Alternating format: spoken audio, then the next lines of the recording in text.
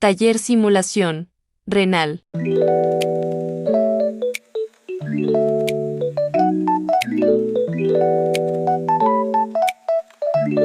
Caso 1. Glucosuria más cetonuria. Sugiere descomposición diabética. Cetoacidosis diabética. La glucosa elevada en sangre supera el umbral renal. Pasa a la orina. El déficit de insulina lleva a la oxidación de ácidos grasos, formación de cuerpos cetónicos. El pH urinario bajo refleja la acidosis sistémica.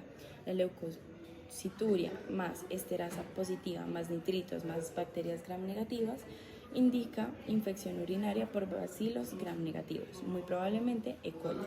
Hematuria leve y cilindros hialinos. Apoya la infección, podría estar ascendiendo hacia el riñón.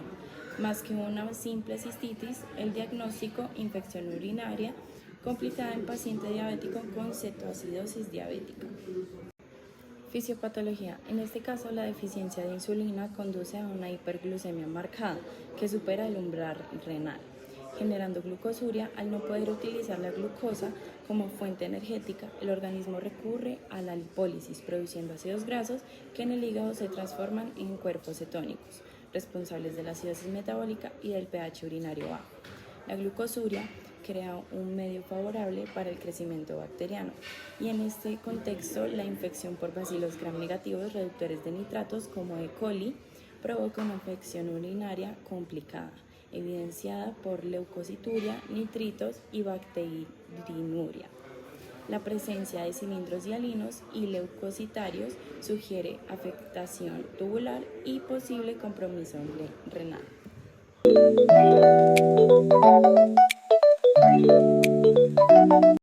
Interpretación caso clínico 2. Hematuria marcada, 70 eritrocitos por campo, más cilindros granulosos pigmentados.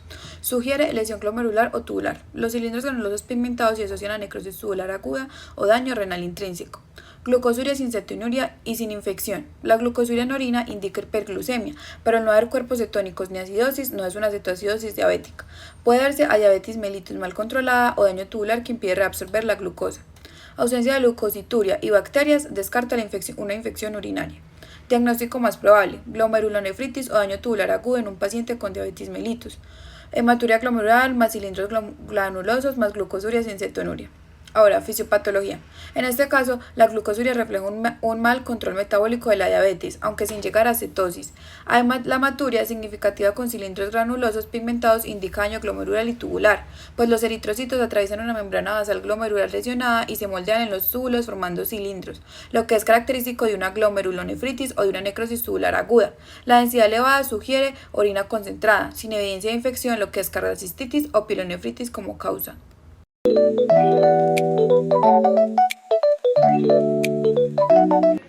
Bueno, primero los aminoglucósidos, ejemplo, getaminacina, amicacina, tombramicina. Mecanismo de toxicidad, pues se acumulan en las células epiteliales del tubo proximal y eso va a producir estrés oxidativo y apoptosis celular. Y como consecuencia, necrosis tubular aguda con disminución de la tasa de filtración glomerular y elevación de creatina sérica. Segundo, anfotericina P, mecanismo de toxicidad es que se une al colesterol y ergosterol en membranas, aumentando la permeabilidad tubular y causando pérdida de potasio y magnesio. Como consecuencia, una acidosis tubular renal distal e insuficiencia renal por daño tubular persistente. Bueno, tercero, los AINES, ejemplo, ibuprofeno, naproxeno, indometacina, diclofenaco. El mecanismo de toxicidad es que inhiben la síntesis de prostaglandinas renales y como consecuencia la isquemia renal con reproducción del flujo sanguíneo y filtración glomerular, pudiendo llevar a la insuficiencia renal aguda, especialmente en pacientes con hipovolemia o insuficiencia cardíaca.